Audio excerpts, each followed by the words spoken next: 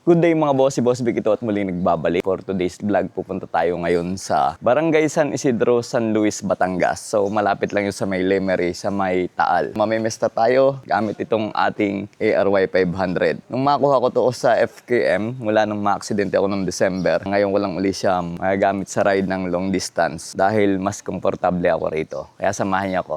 Tara! Kalalabas lang natin ng bahay. Dito tayo sa tapat ng SM South Mall. U-turn tayo dito dahil sa Daang Hari tayo dadaan.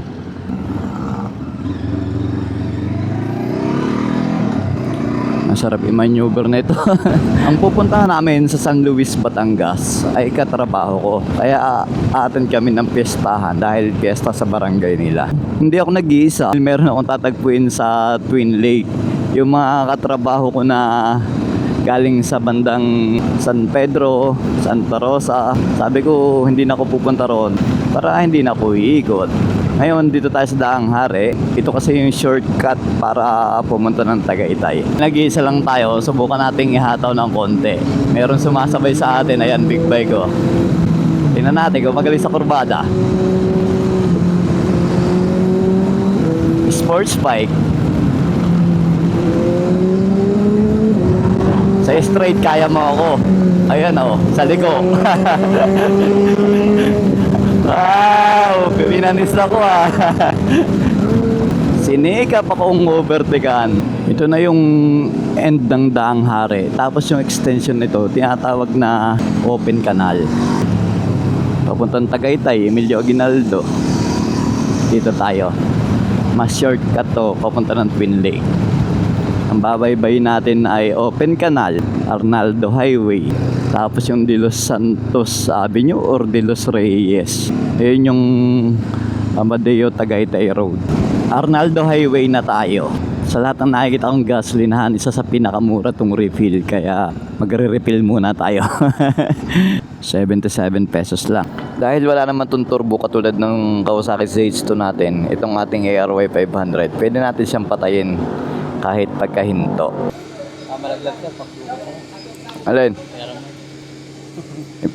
Ready to, ibabayad ko na nga to sa iyo kaya nakaganyan Akala mo malalaglag. Pero pag kinulang to, 500 to Pag kinulang to, utang muna. Ipadidak mo muna sa sahod mo, Igigigas ko na lang sa'yo. Pag kinulang. Nako, 500 na, tanaw pa lang. Mga 600 siguro yan. Punuin mo na at ako'y pupunta ng Batangas. I-try pa natin itayo para mas maganda. O yan, may kisuyo na lang 630, 500. yung motor ko na disgrasya ka. Oh, kilala mo ako. May followers pala tayo dito. Ayos na. Ayos na. Mga gilid lang naman yung nasira.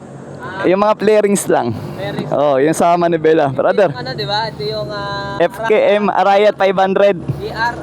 ARY. Arayat. Pinaigsi lang yun Arayat 500. Ingat, brother. Ingat. Ito yung dulo ng Arnaldo Highway. So, kakanan tayo rito.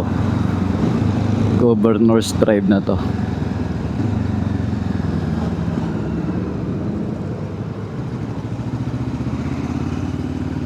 Kakaliwa naman tayo dito sa tinatawag tong Manggahan papuntang General Trias. Ito yung Amadeo Tagaytay Road. Mas mura yung fuel uno 75 pesos lang per liter. So andito na tayo ngayon sa Amadeo Tagaytay Road. At dire-diretso tayo ng papunta ng Twin Lake para tagpuin yung mga kasamahan natin. Kahit malubak yung kalsada, okay lang dito sa FKM na ARY 500. Napakaganda talaga itong motor na to. Tuwan-tuwa akong gamitin dito kasi ito yung 500cc na adventure bike pero 298,000 lamang ang cash price. Ang FKM kasi ang may pinakamurang presyo pagdating sa mga motor. So para sa akin, dati pa naman Pecon to at saka ito naman ay existing sa ibang bansa na ang ganda naman na review. Kaya talagang pagdating dito sa Pilipinas napabili na agad ako dahil ito rin naman yung gusto ko. 500cc pero malakas naman at napakasarap gamitin. Kaya sa mga gusto mag-adventure bike, recommended ko talaga sa inyo to, highly recommended to. Gamit ko to ng vegan. Yun nga lang, kung kailan mabagal yung patakbo ko nung nasa Caliraya ako, doon pa ko na aksidente. Kasi tinitingnan ko yung katabi kong sasakyan na taga Kalamba na kaibigan natin. So magpapaalam akong ganyan, nakatingin akong ganyan, di ko alam. May parating na motor. Eh yung motor na nakabanggaan ko ay residente. Iisang kamay din yung hawak dahil may hawak na pamingwit, kaya hindi ako nakatingin. Siya nakatingin sa akin, pero limited yung pagliko niya ng manibela para umiwas sa akin dahil iisang kamay. Nakaganyan lang siyempre. Kung hindi ka rin naman talaga bihasa na mag-isang kamay, ganun ang mangyayari. Pero it's my fault. Tanggap ko naman eh. Buti na lang walang nangyari sa kanya at walang nangyari dun sa motor niya. Sa akin lang may damage kasi ako yung hindi nakatingin. Nakaganyan ako. Hindi ko nga siya nakitang bumangga sa akin eh. Basta narinig ko, lumagutok na lang. Pero anyway, lesson learned para sa akin yun at wala namang malubhang nangyari. Although meron ako mga kailangan x-ray at saka mga gas-gas na maliit. And then ito naman, kaya nawala sa akin, eh pinapalitan ko ng mga flarings. Kaya okay na siya ngayon. Ano na tayo, Tagaytay na. Ang tawag dito ay I think Mayor's Drive, papuntang Mahogany Market. Ayun oh, yung Hall of Justice ng Tagaytay. Nabasa ko yung chat ng katrabaho ko. Ang tagpuan namin sa Twin Lake ay 7:30. So may nabasa kong 7:50 na chat nila. Ando na daw sila pero uuna na sila papuntang Batangas. Hahabol na lang daw ako. Sanay kasi sila na pinapahabol lang ako eh. Lagi ako iniiwanan ng mga sa tagpuan. Pero late naman na talaga ako. Kasi 8:30 na. Naandito pa lang ako. Pero di bale, sana maabot pa natin sila bago dumating dun sa bahay nila Polly Valderrama ng San Isidro, San Luis, Batangas. Welcome to Nasugbu, pero kaliwa tayo. Kasi nga ba ang kaliwa? Kasala yata ang dinaanan ko. Sorry. Nakakalito kasi pag ganun triangulo eh. Itong ganitong banking ang masarap sa adventure bike dahil kinaka-counter steer mo lang eh. Ang daling iliko.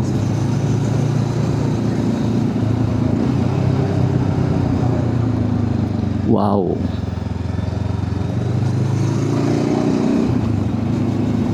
Gusto kong magpa-picture kita yung background ng Taal.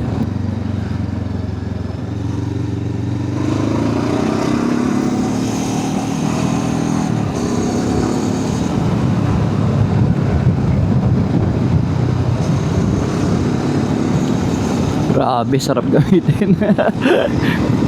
Kapag adventure bike kasi wala naman top speed to eh. Actually ang top speed nito 167 yata na na-try ko na. Hindi naman top speed ang focus nito. Yung comfort driving at saka yung makapunta ka sa mga hindi ordinaryong kalsada, yung mga off-road yan, papunta sa bundok, moto camping, pwede to. Papatayin mo lang yung traction control at saka ABS nito, suwabe na. Alright, picture kaya tayo dito. Pipicture ako dito. First time ng Arayat 500 na makarating dito. So yun yung motor ko, nagpa-picture lang ako. Maraming salamat kay Kuya. Pero kinakaugalian ko na kasi pag naandito sa Fantasy World, kumakain ako ng bukong masarap eh. Kain at inom. Kuya, isang buko sa akin. Sarap ng buko, sariwa-sariwa, puro kasi ano eh, hindi siya matamis. Yun yung motor natin. And then, ang background natin na yun, Fantasy World. Inom lang tayo ng buko kasi iniwan na tayo ng kasamaan natin. Actually, kasalanan ko naman talaga kasi akala ko malilate yung dating nila. Meet up sila San Pedro eh, dun sa Robinson. Pa-picture lang tayo, inom ng buko juice, then back to ride na. Ang baba kasi nito, Lemery na eh. Kumbaga sea level na yung Lemery. Medyo mababa na yun. Andito na tayo sa San Luis. Nag-waste na ako dahil yung mga katrabaho ko ando na.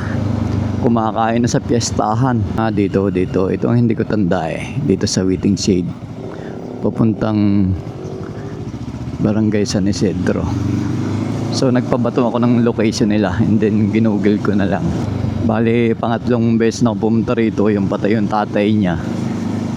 Ano pa to eh, rough road pa to dati eh.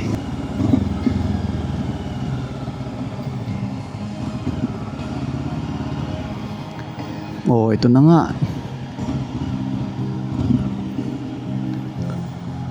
Ito na yung mga motor nila. Ay, puro itim ah.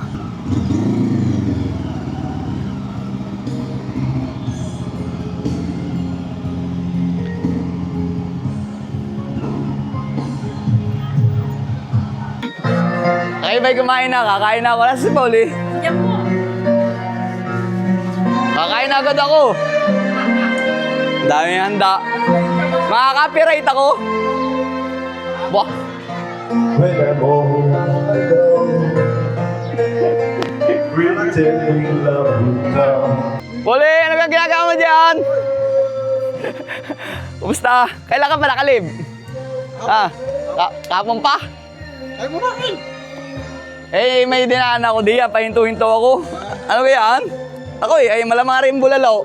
Oh! Oo ah! Ay, ang lalaki.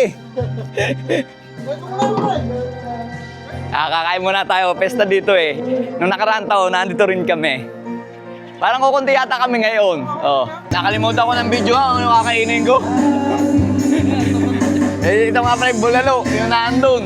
Ang laki ng batya eh. Tapos ito ang mga regado. Dinuguan. Ayos, di ba?